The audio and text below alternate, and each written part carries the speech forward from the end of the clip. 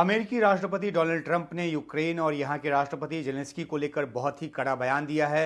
उन्होंने रूस यूक्रेन युद्ध की शुरुआत के लिए सीधे तौर पर यूक्रेन को जिम्मेदार ठहरा दिया है। कहा है कि यूक्रेन को इस युद्ध की शुरुआत करनी ही नहीं चाहिए थी।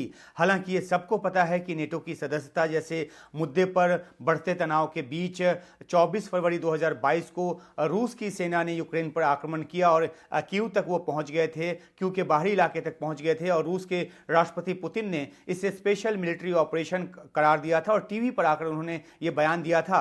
लेकिन इस फैक्ट के बाद भी ट्रंप युद्ध शुरू करने का आरोप यूक्रेन पर लगा रहे हैं, तो इसके बीच उनका अपना कैलकुलेशन है जिस पर चलकर वे युद्ध को रुकवाना चाहते हैं और इसलिए उन्होंने सऊदी अरब में बातचीत भी कराई है।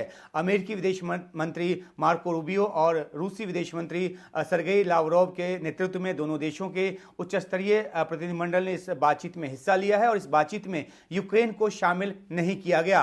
इस बाबत यूक्रेन के राष्ट्रपति जेलेंस्की ने बयान दिया कि जिस समझौता वार्ता में यूक्रेन शामिल न हो उसे यूक्रेन नहीं मानेगा।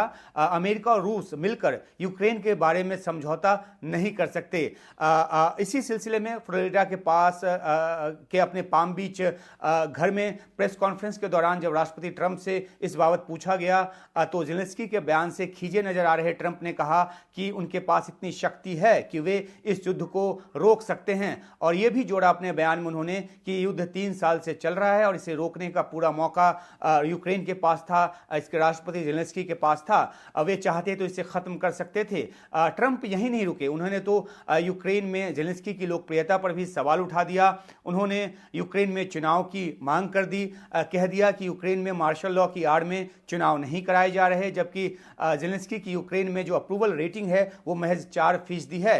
हालांकि जेलेंस्की की इस रेटिंग का कोई आधार ट्रंप ने नहीं दिया कि आखिरकार वो 4% जो कह रहे हैं वो किस आधार पे कह रहे हैं। और जहां तक जेलेंस्की की रेटिंग का सवाल है तो बीते दिसंबर में Kyiv international institute of sociology ने जो सर्वे कराया था उसमें 52% लोगों ने ट्रंप के नेतृत्व में भरोसा जताया। ये जो फरवरी 2022 में जब युद्ध शुरू हुआ था उससे 12% कम है।